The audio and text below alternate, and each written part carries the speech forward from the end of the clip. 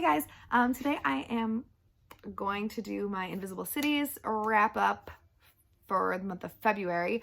I'm hoping to catch up and do March right after this because I did even less in the month of March, so it should be a very quick video. But for February, we focused on the countries China, Egypt, and Colombia. I mostly only read things and watched a movie from China. I started a book by a Colombian author, and it's a memoir. I think Oblivion, I forget what the name of the author is, but anyways, yeah, so let's just focus on what I actually did do. I am still hoping, and I still have books from the other countries, and so hopefully I will be able to, read those later in the year. That's my goal. So the first thing that I read, because I like to try to start off a little easy, is Tiananmen, 1989, which is about the massacre that happened in China. And this was just okay. I'm actually really disappointed. First of all, also, I just wanted to mention, this is by Lun Zhang, Adrian Gombio, and Amezian, I think. So I'm pretty sure, so this is the person whose story we're following, and then I think he wrote it with this person, and then this is the author, or the artist. But this is translated, and the translation information, it's so disappointing. Where is it? So originally published in French under the following title.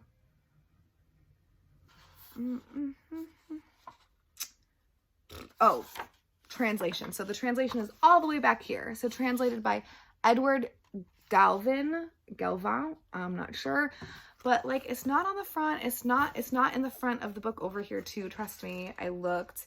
It just has, these people. And I find that to be kind of upsetting, first of all.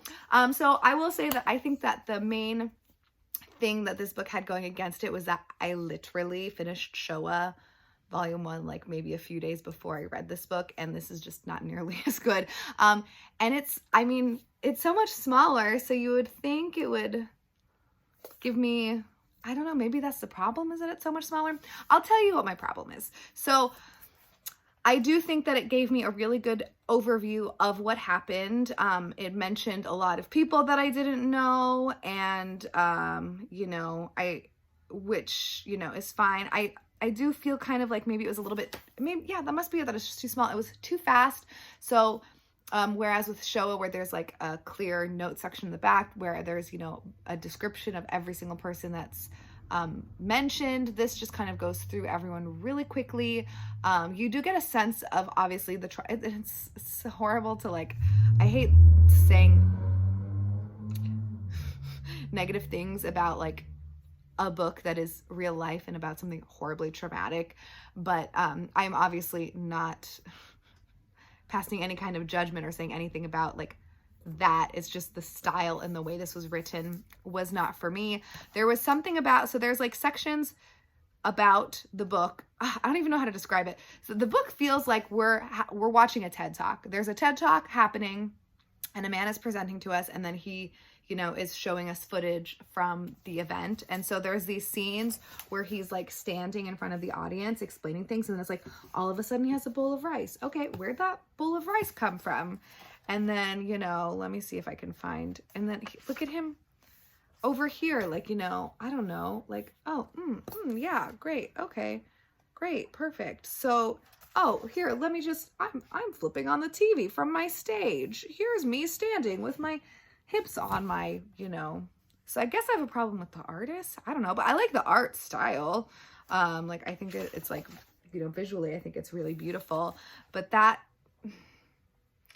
I just don't like that. I don't like that. It's like, okay, I'm holding a paper. Okay. Can you just tell me what happened?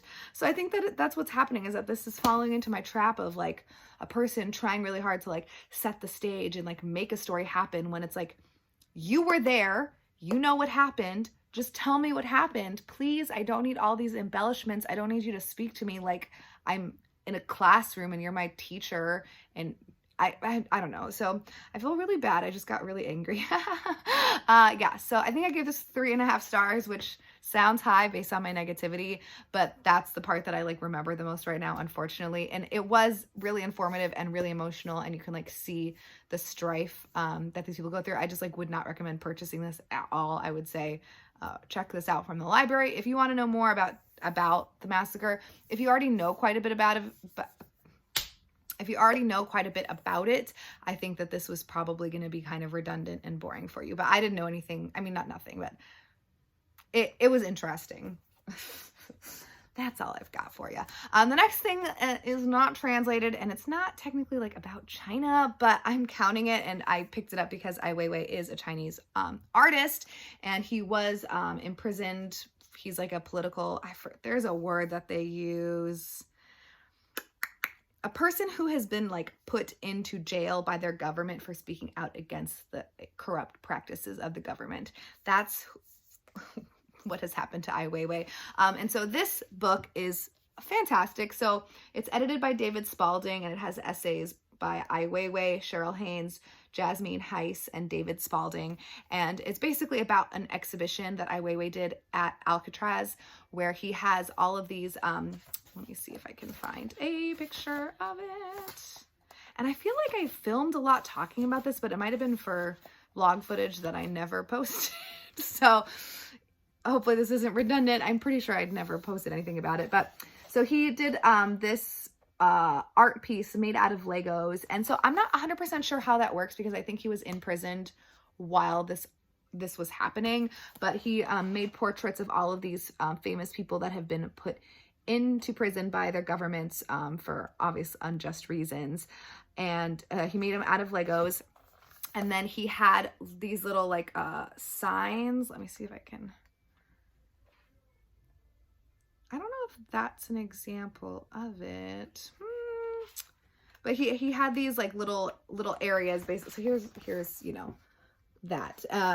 I don't know if this is exactly what it was like, but he had those posted, and so people could find out more about the prisoner if they chose to. And then he had all of these places where people could write postcards. So I cried so much when I was reading this, you guys. This book is incredible. I bought this for Jake for Christmas many years ago, and I don't know if he hasn't read it, but that's okay.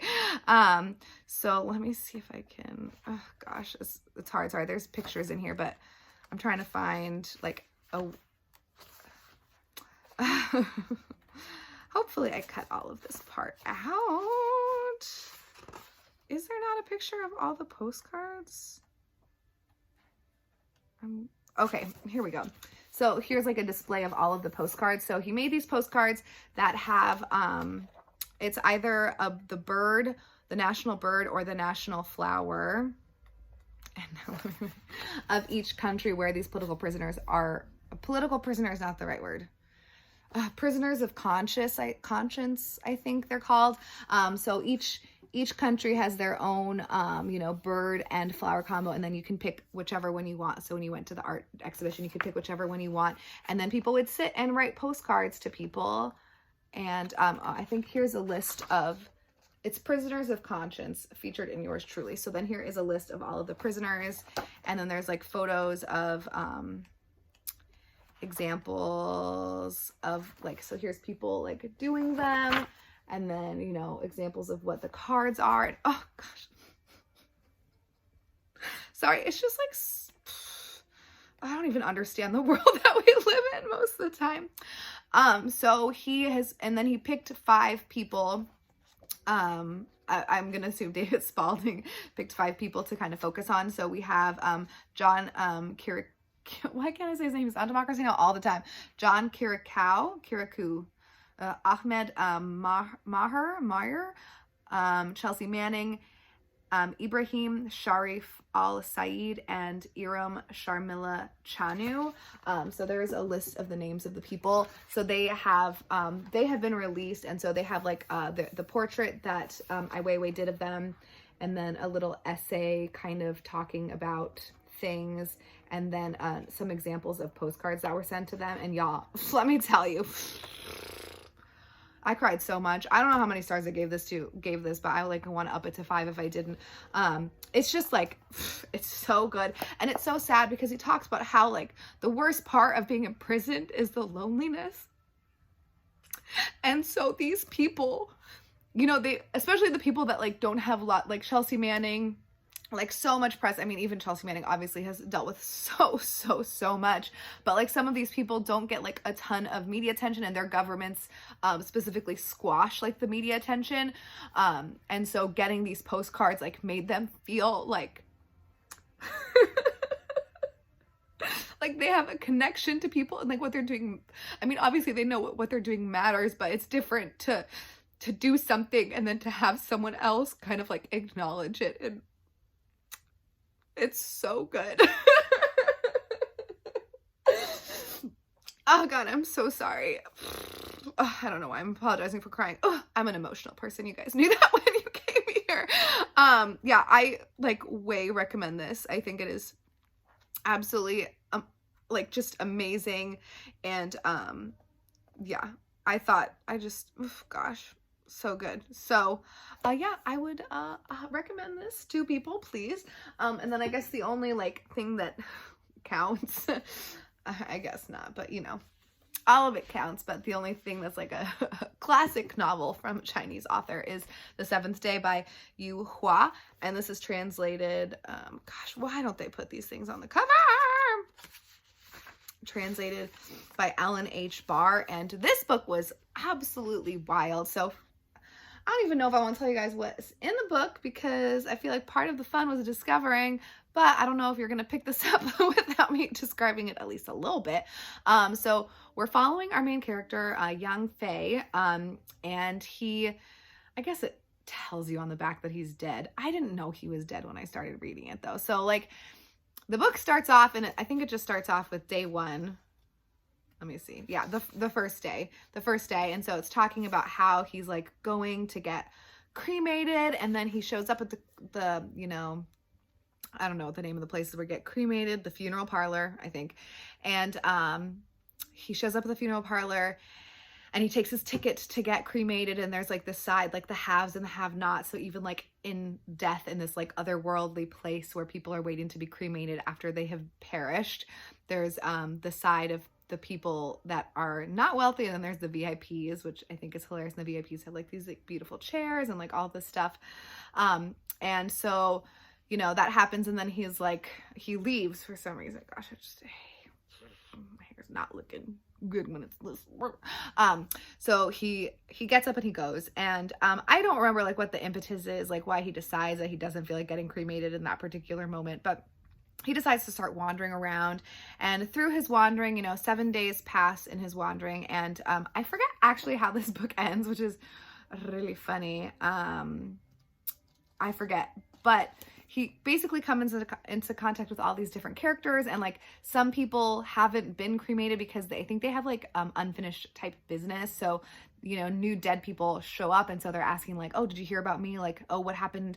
Like there's one person that he runs into that was his old roommate, or not roommate, lived like on the flat below him, and she's wondering if her boyfriend found out that she died, and like what the, you know, like what happened and all this stuff. And so there's a lot of that. And basically the longer that you stay on this like astral plane, the more your body deteriorates. All of it is fictitious because they're all dead, and so like they're not on Earth. But basically, so people that have been there forever are just bones at this point. So there's like 2 guys that are just bones that are playing like checkers and stuff. And I don't know, I thought this is like my kind of book. It is super funny and like kind of dark and melancholic, and like throughout the 7 days, I think it's mostly when he meets these different people, he like is showing us part of his life, so we go back in time and like meet people. And I think like a big tragedy of this book is that, so he was orphaned when he was young. His mom like gave birth basically on a train,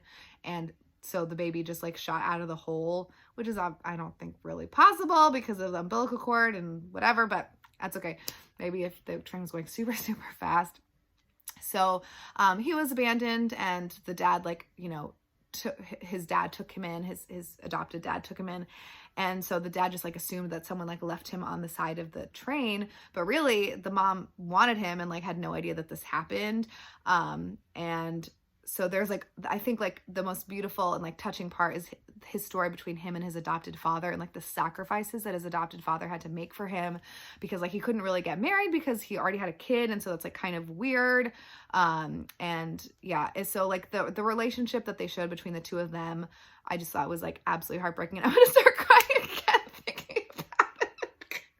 I am a mess. Yeah, so I absolutely love this book. I think I gave it 4 stars probably. Super, super good. So those are all the books that I finished for the month of February for the Invisible Cities Project. I will say I watched one movie from China and I absolutely loved it. I gave it 4.5 stars. It's called Let the Bullets Fly. I have my letterboxed out here. Like, look at that. Come on. I'll post a picture of it up here, but I don't even know how to describe this movie. So it's set in the 20s, which I see here on my computer. And so we start off, there's basically like a gang of guys, and they crash a train in order to rob the people on the train. And one of the guys like gets killed or something on the train. And and the guy's supposed to be like the new mayor of this town that they're driving to. So the leader of the gang pretends to be the mayor, and then they go. And of course, Jake is coming out to embarrass me. Baby, I'm filming a video. I don't know why you do this every time. I'm just really talented. So anyways, see, now I can't even think. He pushes like all the thoughts out of my brain. You closed the door. That's good. Okay. Let me think. So he pretends to be the mayor, and then they go to this town where they're on their way to go. And there's like this gangster guy that's the big bad of the town, and he basically steals from all the people, I think, or like he does some kind of shady business. And so the whole movie is like this tension between the two of them and like trying to one up each other kind of. And I just absolutely loved it. It's like kind of a western-y type. I mean, it's definitely a western type movie because there's a good guy and the bad guy, and like riding into town and like trying to, steal from the rich to give to the poor. And then it's so much fun, but it's absolutely like beautiful, ridiculous. I loved it. And I'm really upset actually because I was like, I need to watch every movie that this director has done. And I don't think any of the rest of them are available streaming. So I do still want to watch all of his movies. There's this one, Gone with the Bullets, that looks like it's also going to be amazing. Like, look at that cover. Oh man. Yeah. So I definitely want to watch all of his movies. And that is all I have to say. I will talk to you guys another time.